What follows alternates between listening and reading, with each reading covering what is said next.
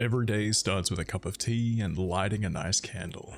I decided I'd try something different with devlogs, at least for the next few weeks, and that means more showing and less of my face just talking at you. A lot of this week was planning ideas for marketing the Kickstarter, as it's due to end 2 days after this video goes out. Things such as the UI update were good things to show to people, and the opportunity to promote an updated demo. So apologies if most of my Twitter feed has been daily countdowns for the Kickstarter. When doing an update for Kickstarter yesterday, I originally had the idea of just posting to backers only and asking them to share around and providing a little show off of the version of the game no one would ever play. That's when I had a brilliant idea. Why not offer all backers an exclusive private video documentary of me playing through all my old builds and discussing game design? So that's a thing now. I love video game history and preservation, so it's another way to get all of that out there. This will continue over to the Indiegogo campaign if that has to launch. And speaking of Indiegogo, although while recording this the Kickstarter is still live and I am confident that it will somehow reach its goal, but I've always said through all of these videos it's great to have contingencies and plans in place in case things don't work out. So I translated most of the rewards, perks, and descriptions that were in the Kickstarter campaign over to the Indiegogo campaign, with quite a few modifications in terms of what is being offered, a few of the price points, and just the general details. So this Thursday at 8 PM when I'll be live on stream, come check me out on Twitch by the way, the Kickstarter campaign will end. For good or bad, it's been a huge learning experience, which I will do a video on next week once it's actually been finalized. If required, the reason to go to Indiegogo is simple. It's a different platform, a different marketing opportunity, and a different way to get funding. With the page all set up and ready to go, what I needed to get done next was the pitch video for the campaign. Now hopefully I don't mess this up. Twitter or join the Discord and we can chat. Stupid cars. Yeah, I kind of had a few issues with cars driving by. I learnt a few things from the Kickstarter pitch video that I decided to change. And that was to still have the stinger intro, which was cool, gets people into it, but also to show me more and make the viewer more invested in me and what I'm doing from the get-go. There is something really cool with Indiegogo as well, so when I was setting up the Kickstarter add-on rewards for the physical items, I had to mark everything as physical. But with Indiegogo, when you select a perk, it just automatically prompts if you want to add any of the add-on physical items into your cart. It's so much more streamlined and so much easier. I thought that was really cool. Aside from Kickstarter and the Indiegogo campaign, it was time to turn my attention back to the game itself. While I've still been doing some work on things, the game itself has seen far less attention due to trying marketing opportunities and stressing over the Kickstarter campaign. The UI overhaul was a big part of what I wanted to do and was hugely inspired by playing the game Voodoo Detective on stream the past few weeks. It's an awesome game, you should really check it out. The UI they have here is fairly simple. It's a container that holds your inventory. Makes sense, right? But what really spoke to me was the box that told you how to interact. That easily removes the need for one of the pop-up tutorials I have and keeps the player more immersed while constantly reminding them of how to do something. So that has been a massive inspiration for the UI moving forward. So I started off just working on the inventory because I wanted that changed, wanted to get rid of like the little garbage bag situation we had at the moment.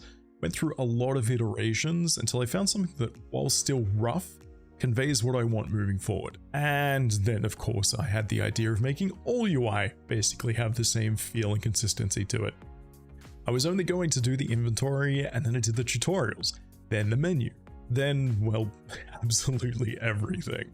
I said in a video a while back that I wasn't going to update the demo anymore, and there has been a few little minor things I have updated, but I felt with how good even these new rough versions look, it's a far better impression when approaching publishers and funding partners and any potential new players. Gone are the looking into the sun options menus, the I carry everything in a plastic bag inventory, and it gets it somewhat closer to what it will be in the final game. I made a mistake when doing the UI update though, and that is considering putting the final versions of the mess hall, the generator room, and other updated rooms into the demo, and lost a few hours before deciding that it wasn't really worth the effort right now. The rooms, while complete and while serving most of the same purpose, are entirely different in the coding backend, and it would have taken a full day or two to get it running, if not longer. Time I don't have right now. The other issue is how the rooms are designed now. You can see into other rooms, so it would have meant having to integrate all the new rooms or none of them. With the UI done and the Indiegogo ready to go if required, the focus for the rest of my week is getting a bit more documentation done, so I just wanted to show you how I go about designing things, just a little bit. The story is there, the basic puzzles are there, but playing a lot of adventure games on stream lately, I wanted to flesh out the puzzles just a little bit more. Making it so the puzzles are more branches that lead you to a singular goal is very important in giving the player an overall goal, with many sub-goals before that. Say, opening a door. It's not just find a key, it's find the key and maybe do a puzzle to get that key. As you can see here with my old documentation, I was using more flowcharts for the dorm and how you can access certain areas if you've completed certain puzzles, and while they're good, they aren't what is actually called a puzzle dependency chart. So this is a basic version of how the puzzle dependency was working. As you can see, it's a straight line. There's basically, you just need to do one thing after another, and there's no little things that make you do other tasks before completing the main task. As a quick example of how things work in the game, you can see that one of the main things is to get Charlie to talk, because you've got an inkling that he does know something. And while you may have all the information, given Riley's background as a reporter, she needs the information before confronting someone. So finding the evidence in the various areas is required. Rather than the player just getting I need to find evidence before I confront this dialogue, it will be added to the task section of the inventory system with clues as to where you could find the evidence. For example, his dorm, the generator room. I'm not going to go crazy with puzzle rewrites because that would just be absolutely detrimental, but I'm just adding a few things in to make it feel more like a traditional point and click adventure. So lots of documentation, lots of planning, and of course, there will be work on the game itself. I mean, I do this full time. Thank you very much for watching. I hope you like this new style of devlog. It's a little bit more awkward because I'm not used to recording absolutely everything I'm doing. So just be patient. The next one should be a bit better and have a bit more footage. It's just remembering to press that little record button that I've got to set a reminder for that. But thank you very much for watching. The Kickstarter has 2 days to go, so if you could please share it around, back it if you can, I would really appreciate that. And until next time, stay indie.